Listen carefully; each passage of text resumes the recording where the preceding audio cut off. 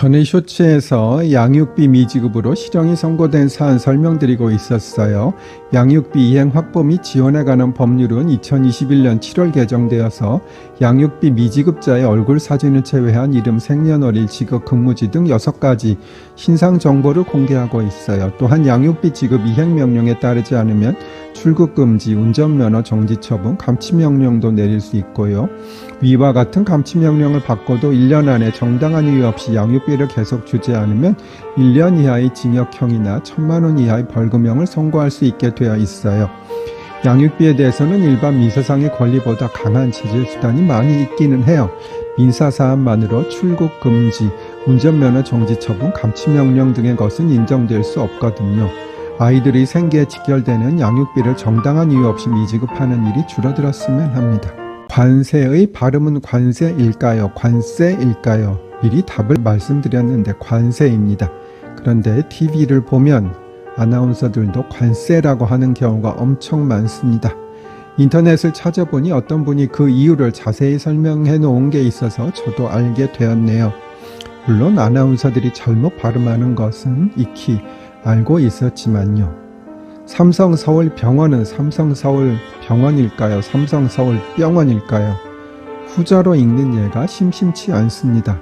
저는 뉴스를 들을 때마다 도대체 왜 저렇게 읽는지 이해를 못하겠더라고요.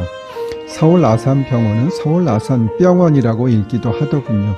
이것은 고유명사이긴 한데 삼성서울병원이나 서울아산병원 병원장님도 병원이라고 읽기를 원하지는 않을 것 같습니다. 가사사건 중에 제일 많은 것은 이혼이고 그 다음은 상속사건이겠지요. 상속사건은 가정법원에서 하는 상속재산 분할이 있고 민사법원에서 하는 유류분 사건이 있습니다.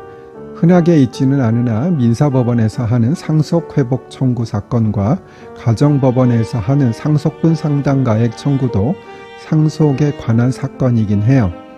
이혼과 상속사건을 제외하고 자주 있는 것은 친생자관계 부존재, 존재 확인 청구 사건입니다.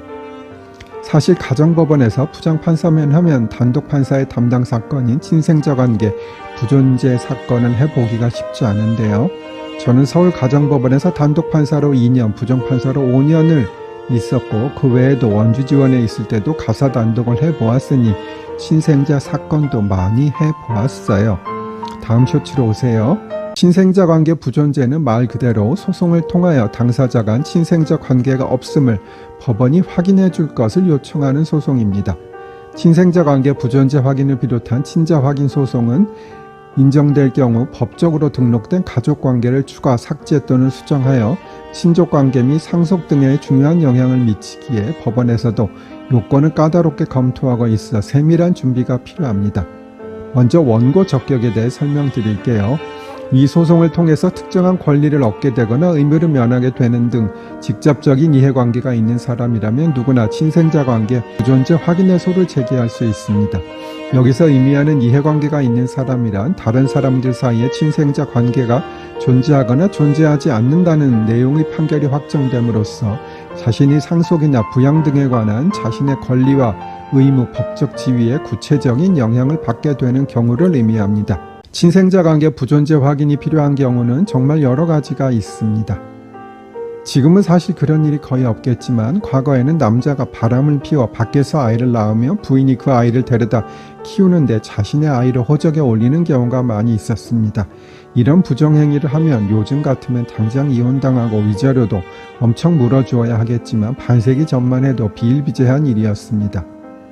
그리고 여동생이 결혼도 안 하고 아이를 낳았다면 오빠 내외가 자신들의 아이로 출생신고하는 경우도 많이 있었고요. 하여간 여러 가지 이유로 가족관계 등록부와 실제 혈연이 다른 경우가 있습니다. 이런 경우에 잘못된 가족관계 등록부의 기재를 바로잡기 위해서는 법원의 판결이 필요한 것이고요. 다음 쇼츠에서 뵐게요.